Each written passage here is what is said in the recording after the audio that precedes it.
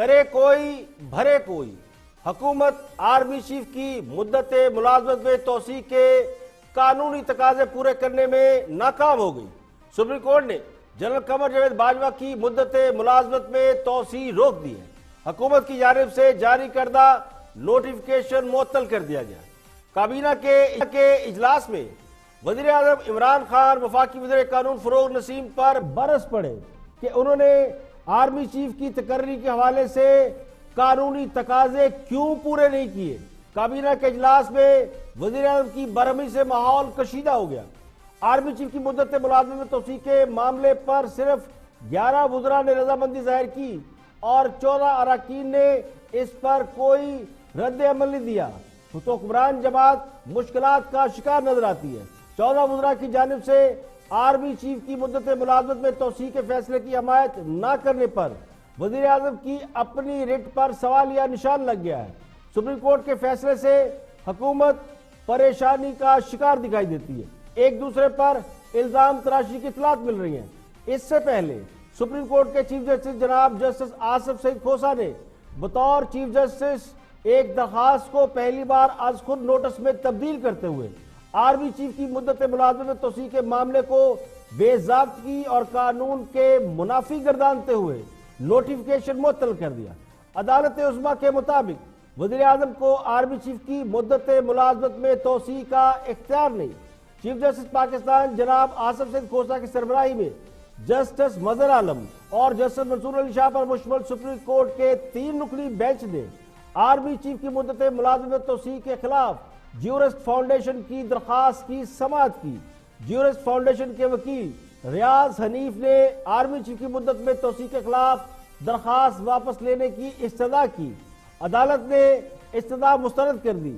کہا کہ کیس واپس لینے کے لیے ہاتھ سے لکھی کی درخواست کے ساتھ کوئی بیان خلفی یعنی ایفیڈیوٹ نہیں ہے، تو معلوم نہیں کہ مقدمہ آزادانہ طور پر واپس لیا جا رہا ہے یا نہیں۔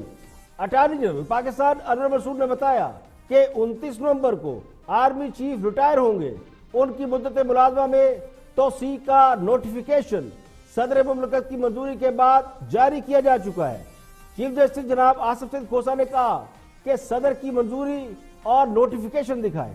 اٹارنی جنرل نے تمام دستاویزات اور وزیر اعظم کی صدر کو سفارش عدالت میں پیش کی۔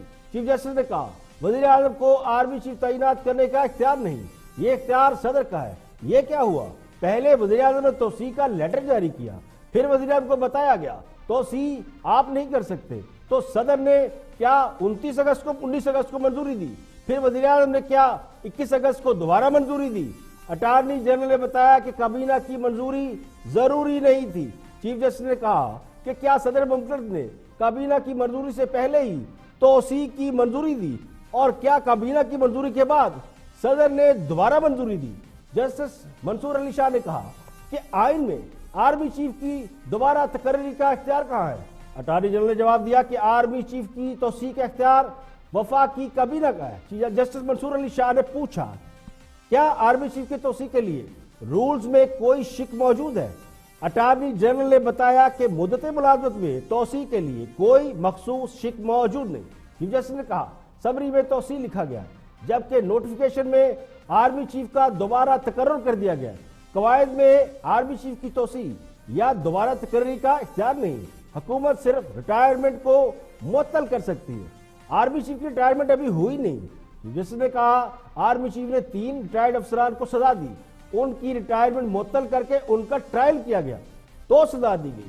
جسٹس منصور علی شاہ نے کہا کہ علاقائی سیکورٹی کی بنیاد پر آرمی چیف کی دوبارہ تقرری کی گئی ہے۔ سیکورٹی کا ایشو تو ہر وقت رہتا ہے۔ چیف جسٹس نے کہا کہ سیکورٹی کو تو صرف آرمی چیف نے نہیں بلکہ ساری فوج نے دیکھنا ہوتا ہے۔ اٹارنی جنرل نے نقطہ اٹھایا کہ تقرری کرنے والی اتھارٹی توسیع کا اختیار بھی رکھتی ہے، ریٹائرمنٹ کی معطلی تو کچھ دیر کے لیے ہوگی۔ چیف جسٹس نے ریمارکس دیے کہ دستاویزات کے مطابق کابینہ کی اکثریت نے آرمی چیف کی ایکسٹینشن پر کوئی اوپینین نہیں دی۔ 25 رکنی کابینہ میں سے صرف 11 نے توسیع کے حق میں رائے دی، 14 ارکان نے عدم دستیابی کے باعث کوئی رائے نہیں دی۔ کیا حکومت نے اراکین کی خاموشی کو ہاں سمجھ لیا ہے؟ جمہوریت میں فیصلے اکثریت کی بنیاد پہ ہوتے ہیں۔ اٹارنی جنرل نے کہا